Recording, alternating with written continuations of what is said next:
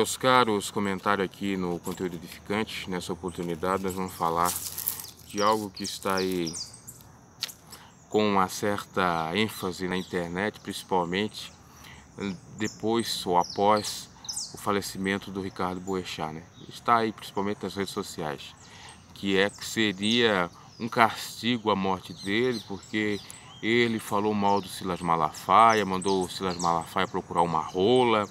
Disse que o Silas Malafaia era um pilantra, era um mercenário, era um enganador, que vivia das custas dos votos, dos dízimos dos seus fiéis, e que ele teria trabalhado para conquistar, né, seu patrimônio. Essa treta se deu em 2015, diga-se de passagem, e agora, né, volta a reverberar por conta do seu falecimento, que seria um castigo após 4 anos. O senhor Silas Malafaia se manifestou até mesmo no seu YouTube, dizendo no seu canal que não tinha nada a ver, que ele não prega um Deus que castiga, que isso poderia acontecer com qualquer um, é inerente e tal, e que ele jamais teria pedido alguma praga, alguma coisa nesse sentido.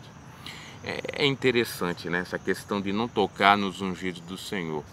Eu me lembro de uma vez que eu me surgi, entre aspas, mas com toda razão, com um referido presbítero, e fui lá provar para ele que aquilo que ele estava pregando era uma mentira, e com relação exatamente à questão dos ungidos do Senhor.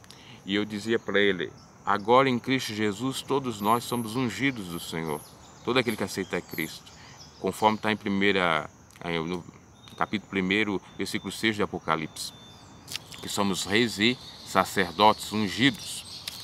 Então não tem mais aquela questão dos ungidos do Senhor como tinha na época do Antigo Testamento, da Taná, do povo judeu, que foi aquele caso emblemático de Davi e Saul, que Saul era ungido, Davi não queria tocar nele, né? E depois Davi teve a oportunidade de tocar nele, não tocou, só cortou lá suas vestes e tal, mas ali era uma outra configuração, porque o único que poderia repreender Saul era o profeta, e foi repreendido por Samuel, dizendo: olha, Deus não quer sacrifício, mas sim obediência e tal, né? Davi não poderia, porque Davi no momento nem era ungido, nem é rei, só tinha a promessa de ser um rei, né, de ter uma chamada de Deus, e também não era profeta. Então não cabe mesmo, ou não cabia na época, a interferência de qualquer um outro que não fosse profeta.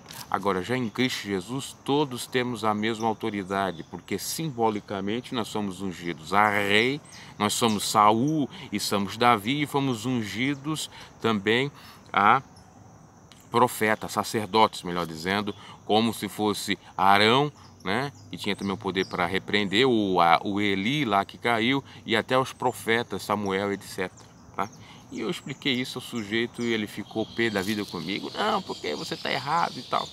Aí na época eu tive que até dar uma afastada um pouco da instituição, depois eu voltei, porque é inconcebível, né, a pessoa ter uma certa relutância de uma verdade que está ali bem escancarada, que não precisa nem ter estudo teológico para perceber uma verdade desta. E aí esse caso aí do Silas Malafaia e do Boechat se dá exatamente por conta disso, principalmente aqueles que seriam, entre aspas, os malafaietes, né, ou os seguidores do Silas Malafaia, propagando isso nas redes sociais. Ele se manifestou. Aí eu estava vendo uma entrevista na época do próprio Ricardo Boechat. A questão que eles pegam em cima do Boechat porque ele era ateu, né? Mas ele dizia: eu sou ateu, só que a minha esposa é da igreja luterana, ou seja, protestante, de Martinho Lutero. Eu ajudo a igreja luterana no Rio. Eu ajudo porque ela faz um trabalho lá assistencial para as pessoas carentes. Então, por isso que a mulher dele, inclusive, chegou a dizer que ele era um marido ateu muito caridoso, que fazia muita caridade e também carinhoso, obviamente. É isso, a gente não pode entrar nesse campo, né? Castigo, isso, aquilo, aquilo outro, porque isso é com Deus, né? As duas únicas pessoas que sabem do destino é ele e Deus, né? O destino dele na eternidade, ou no Hades, ou lá no céu, enfim, né? Essas questões aí. Aí muitos chegaram até a falar do Cabo da Ciolo lá, porque o Cabo da Ciolo também é outro que deu uma profetada ou uma profecia, cumpriu, e cumpriu ali nos Gideões, né? Eu não estou aqui desprezando as profecias, que a Bíblia manda a gente não desprezar, né? Existe profecia que cumpre mesmo, né? Agora, no caso do Silas Malafaia, eu não vi ele dizendo, olha, você vai sofrer porque falou. Aliás, eu vi o Silas Malafaia sendo até um pouco mais carnal do que espiritual, porque ele disse, eu vou te processar. Ele nem sofreu o dano, né? Foi naquele caso que o Boechat também cometeu um erro, né? Uma gafe, e ter dito que foi da igreja do Silas Malafaia, uma igreja neopentecostal, e teria tirado uma pedra sobre uma criança de matriz ou de religião matriz africana, e não foi, né? Foi exatamente uma outra pessoa, inclusive a mãe da menina era da igreja do Silas Malafaia, e deu uma confusão danada, é só você procurar em meados de 2015, ok? Deixe seus comentários acerca disso, dê o seu like, fala se você acredita do não toqueis nos ungidos do Senhor, se você acredita em profecia. Eu compreendo sim que Deus luta pelos seus justos, mas é quando a gente está exatamente fazendo a justiça, fazendo o que é certo, não equivocado, né?